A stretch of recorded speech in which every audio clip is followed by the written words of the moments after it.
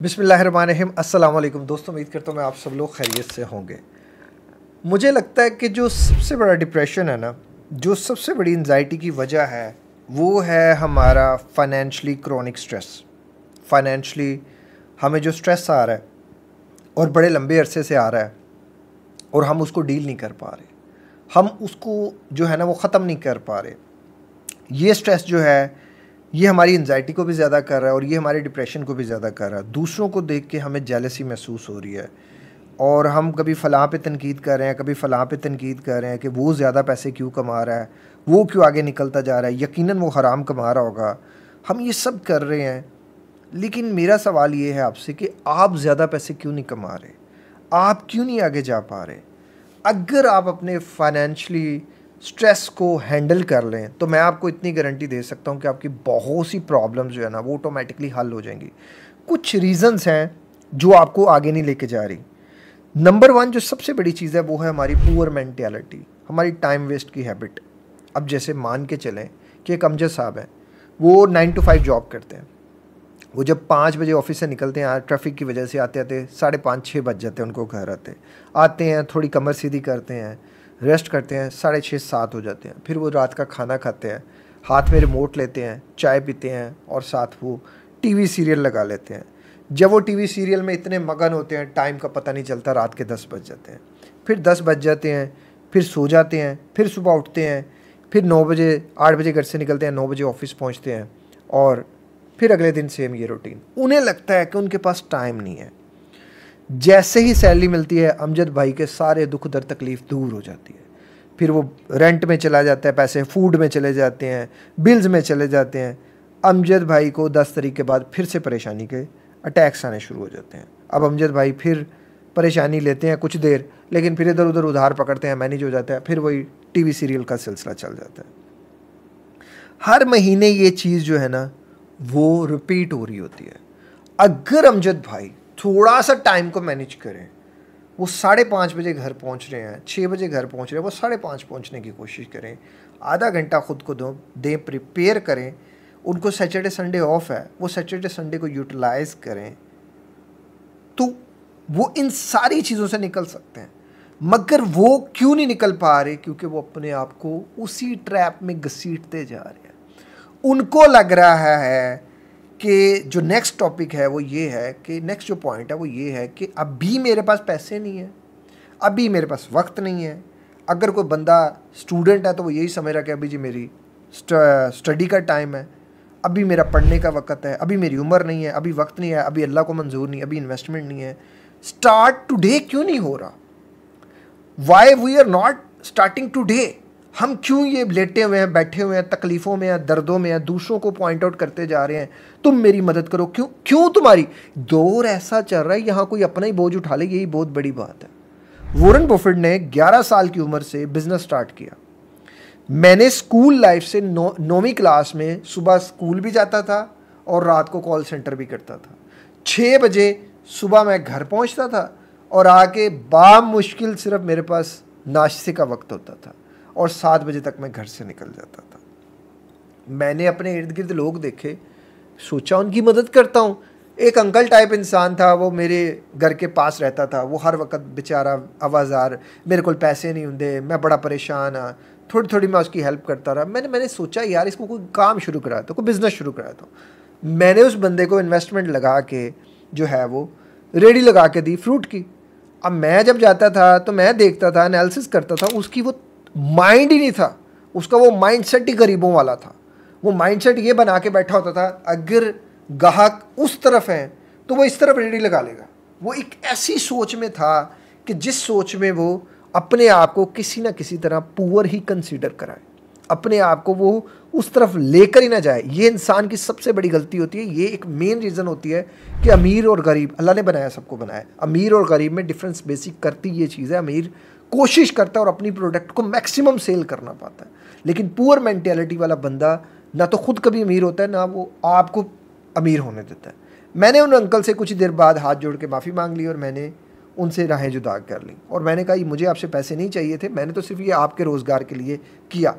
दूसरा, मैंने तो बहुत से बिजनेसेस करा के दिए। दूसरा, मैंने रिसेंटली लास्ट ईयर एक बंदे को रेस्टोरेंट डाल के दिया, वो इतना विक्टिम कार्ड खेल रहा था। अगला जो पॉइंट है वो विक्टिम कार्ड है। लोगों को आदत होती है विक्टिम कार्ड खेलने की। उन्होंने मेरे साथ विक्टिम कार्ड खेला। मेरे पास अपने ज़ाती पैसे थे, जो मेरी नीयत थी कि मैं इनसे कोई भी बिज़नेस करूँगा, उसका जो भी प्रॉफिट आएगा मैं अपने जो है ना वो हॉस्पिटल के लिए रखूँगा। मैंने उसी माइंडसेट के साथ मैंने उस आदमी को बिठाया। मैंने कहा बड़े भाई, ये पैसा मेरे पास, ये मैंने सेव किया हुआ है, अब मैं ये चाहूँ तो इससे घर खरीद लूँ या गाड़ी खरीद लूँ, या मैं इसको आपके ऊपर लगा दूँ। मैं आपके ऊपर लगा रहा हूँ, मैं आपको रेस्टोरेंट बना के दे रहा हूँ, यहाँ से आपने पैसा कमाना है। इस पैसे को आपने इस नीयत के साथ चलाना है कि इससे आपका घर भी चले, मेरा घर भले ना चले लेकिन मुझे इतने आए कि मुझे लॉस ना हो, और मुझे जो भी प्रॉफिट आए, मेरी एक नीयत है कि मैंने एक हॉस्पिटल बनाना है। मैंने उस बंदे को ये बिज़नेस शुरू करा कर दिया। उसने विक्टिम कार्ड, मैं गरीब हूँ, वो बिज़नेस करके दिया। रेस्टोरेंट थोड़ा सा चलना शुरू हुआ। हर बंदे को कहानी, इतने पैसे लगते हैं, आप भी रेस्टोरेंट स्टार्ट कर लें, इतने पैसे लगते हैं। और वो एक अलग ही सोच में था। वो काम करने के बजाय बातें करने को प्रेफरेंस, चीज़ों को उल्टा सीधा करना। कुछ ही देर बाद जो बिज़नेस आगे जाना चाहिए था वो पीछे जाना शुरू हो गया। हम बिज़नेस मैंने मजबूरी में ख़त्म कर दिया। तो विक्टिम कार्ड खेलना बंद कर दो। आपके ऊपर कोई पैसा नहीं लगाने वाला, आप किसी की जिम्मेदारी नहीं हो भाई, आप अपनी जिम्मेदारी हो।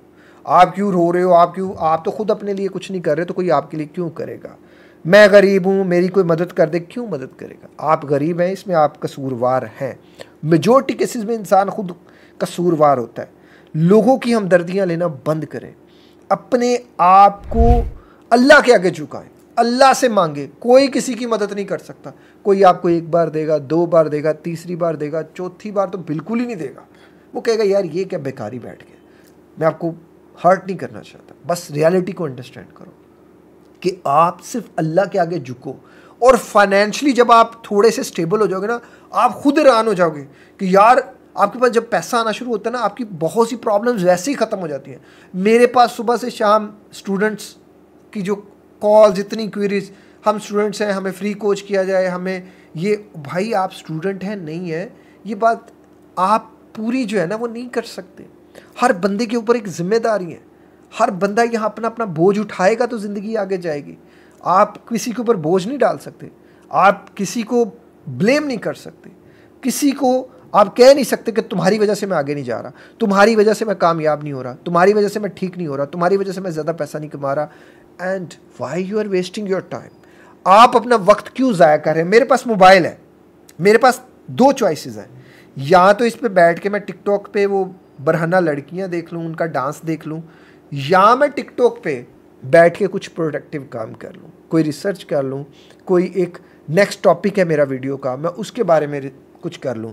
मेरे पास इंस्टाग्राम है, मैं उसके ऊपर बैठ के कोई रील्स देख लूँ, या मैं अपनी रील्स बना लूँ। अपनी रील बनाऊंगा तो मुझे फ़ायदा होगा। आपके पास भी पूरी चॉइसेस है, हम सबके पास पूरी चॉइसेस है। अब आप उसके ऊपर बैठ के स्क्रॉल करते जा रहे हो, उसको ऊपर नीचे करते जा रहे हो, और उस ट्रोलिंग में आप जो है ना वो टाइम सारा वेस्ट करते जा रहे हो, स्क्रॉलिंग में आप टाइम वेस्ट करते जा रहे हो, और आप सोच रहे हो कि कुछ सडन कुछ होगा और सब बदलेगा। नहीं बदलेगा।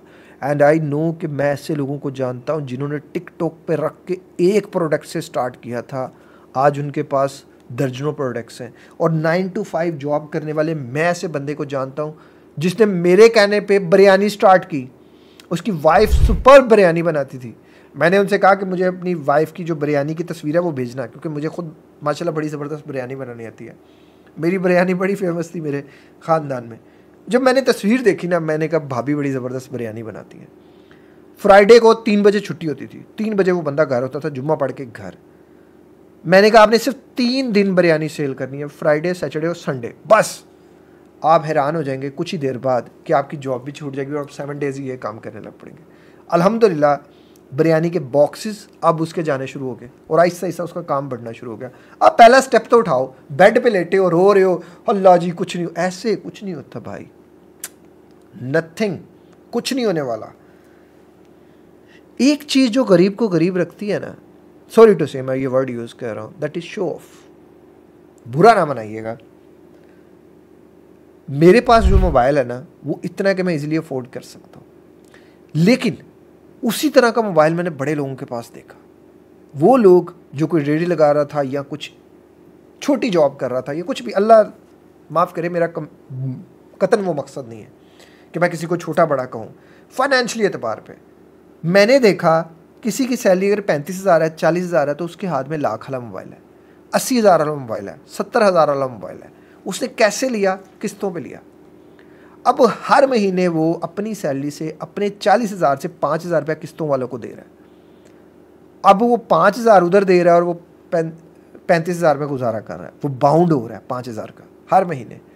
लेकिन अगर यही वो कुछ देर गुजारा करता और ये सोचता कि जो 70,000 का मोबाइल मेरे हाथ में है, मैं इसको सेल करके ये जो मेरे पास एक रेडी है, मैं इस रेडी की बजाय एक फ्रूट की दुकान डाल लूँ, थोड़ा सा इसको प्लस में ले जाऊँ। मान लिया 70,000 में नहीं पड़ेगी, तो जब आपके पास 70,000 है ना, तो फिर आपके पास 30,000 इधर उधर से आराम से आ जाता है। लोग देखते हैं कि एफर्ट कर रहे हैं, फिर लोग आपके साथ जुड़ जाते हैं, लोग आपकी मदद करते हैं। ऐसे ही पैसे मांगेंगे ना, कोई नहीं देगा। जब आप किसी को कहेंगे ना मैंने एक दुकान बनाई, मैंने ये कुछ किया, थोड़े से पैसों की ज़रूरत है, लोग आपको दे देंगे। वो जो ऑनर है वही थोड़ी बहुत ही आपके साथ रिलैक्सेशन कर लेगा। अच्छे बुरे भी बंदे हैं इस दुनिया में, मंडी वाला भी आपके साथ रिलैक्सेशन। पहला कदम तो उठाओ, शो ऑफ बंद करो।